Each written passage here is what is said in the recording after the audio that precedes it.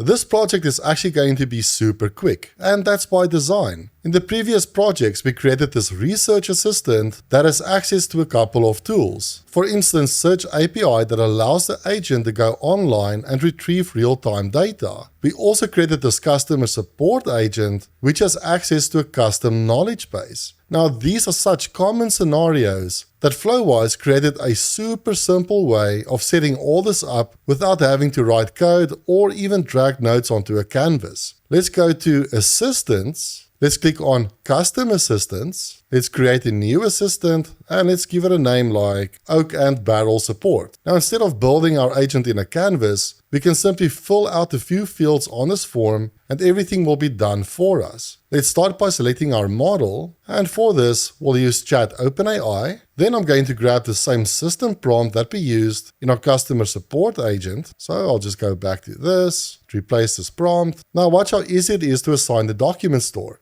We simply select it from this dropdown, and we can then describe this knowledge base by effectively copying the same retrieval prompt that we used here, like so. Then for the AI model, we do have to specify our credentials. We also have to select our model, which I'll leave as GPT-4o Mini. Let's change the temperature to 0.6. And since we've now connected our model, we can actually use this generate button to generate this text for us. So let's click on this. And now we've used an LLM to clean up this description. Scrolling down, we can also allow image uploads and set the image resolution. But what I'm interested in is this tools section. So to add tools, we can simply click on Add Tool and select our tool from the dropdown. Let's select the SERP API tool. Let's select our credentials. And if we wanted to, we could add more tools. Let's save this assistant. And now when we scroll up, we have this preview window which we can use to test this out. As with chat flows, we can still click on API endpoints and we get the snippet to embed this assistant into websites. We can call it from Python and everything else, making this a super efficient way to build assistants.